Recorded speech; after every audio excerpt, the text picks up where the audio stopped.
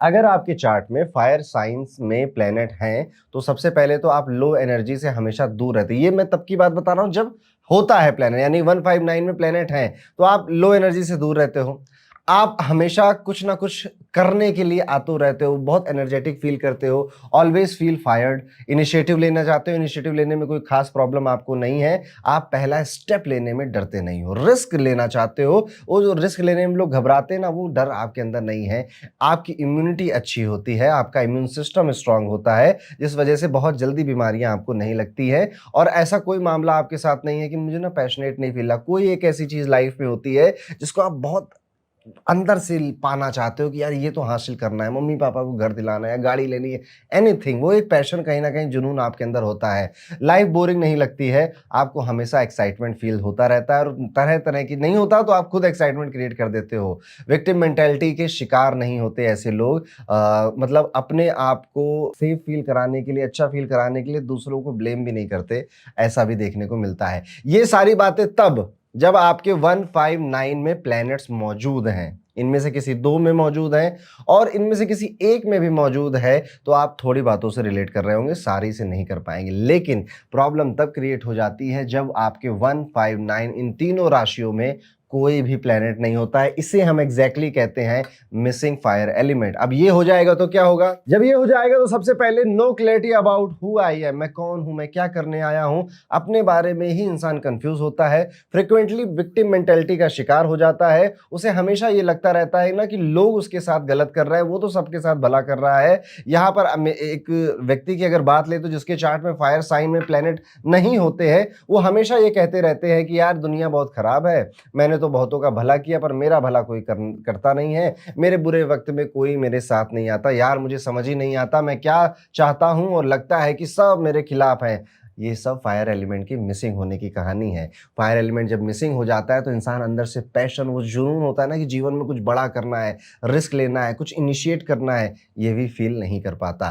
तो ये fire element कितना जरूरी है आप समझ गए होंगे। अब अगर आप मेरी बातों से रिलेट कर रहे हैं कि फायर एलिमेंट मिसिंग है तो ऐसे ऐसे सारे सिम्टम्स आते हैं, तो आपके मन में स्वाभाविक सी रूप से एक सवाल आएगा कि हम इसके लिए क्या कर सकते हैं। तो जानने के लिए वीडियो पूरा देखिएगा, एंड में मैं इन सभी एलिमेंट्स की रेमेडीज भी आपके साथ शेयर करूंगा। अब फायर एलिमेंट तो हो गया, अब दूसरे एलिमेंट पे चलते हैं जो कि हमारा है एयर एलिमेंट, यानी कि 3 7 11।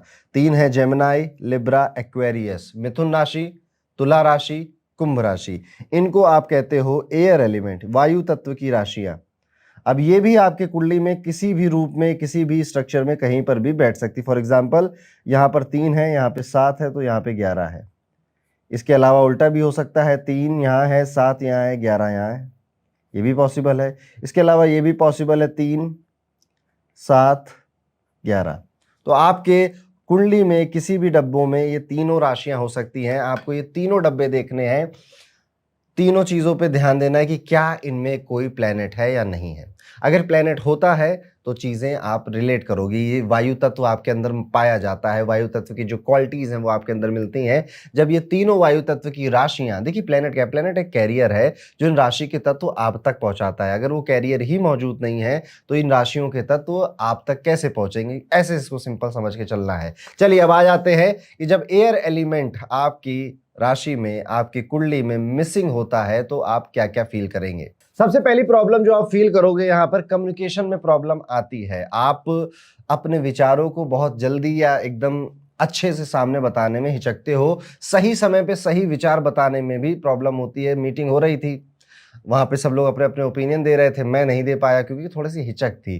कहीं ना कहीं आप सोशल आइसोलेशन को फील करते हो कि लोग अपने अपने में बिजी हैं, अपने अपने ग्रुप बना लिए हैं, मुझे लोग अकेला छोड़ देते हैं, या मुझसे ज़्यादा, मैं ज़्यादा इंटरेस्टिंग आदमी नहीं हूँ, मुझसे लोग बात नहीं करते हैं। एक और प्रॉब्लम है कि आप अपने थॉट्स को एक्सप्रेस करने में इशू पैदा करोगे, फेस करोगे। Basically struggle to maintain a friendship, ये वाली प्रॉब्लम भी आप देखोगे। एक तो आप इजीली फ्रेंड्स नहीं बना पाते, और जो बनते हैं उन्हें टिकाने में बड़ी मुश्किल होती है। एंजाइटी ओवर थिंकिंग आपके दोस्त है, और एंजाइटी ओवर थिंकिंग आपको बार बार होता रहता है। इनमें बैलेंस फाइंड आउट करने की जंग छिड़ी रहती है। Lack of ideas, lack of creativity, ये भी आप फील करेंगे कि मेरी इमेजिनेशन या मेरी क्रिएटिविटी स्टक हो गई है, वो उतनी अच्छे से मैं एक्सपीरियंस नहीं कर पा रहा हूं। And the last thing is difficulty in adopting the changes, यानी कि जो बदलाव हो रहे हैं, जो चेंजेस हो रहे हैं, उनको अडैप्ट करने में भी आपको प्रॉब्लम होती है। ये सारी दिक्कतें तब होंगी जब आपकी कुंडली में 3, 7, 11 के डब्बे खाली हैं। इसके अलावा मेंटल इनस्टेबिलिटी, मिसकम्युनिकेशन की भी प्रॉब्लम कई लोगों में देखा गया है और ये सारी चीज़ें भी हो जाती हैं। अब आपके मन में स्वाभाविक रूप से एक सवाल आएगा कि इसको हल करने के लिए मैं क्या कर सकता हूँ? मुझे क्या उपाय है? तो यस, इसको हल करने की रेमेडी होती है जिसको हम एंड में डिस्कस करने वाले हैं।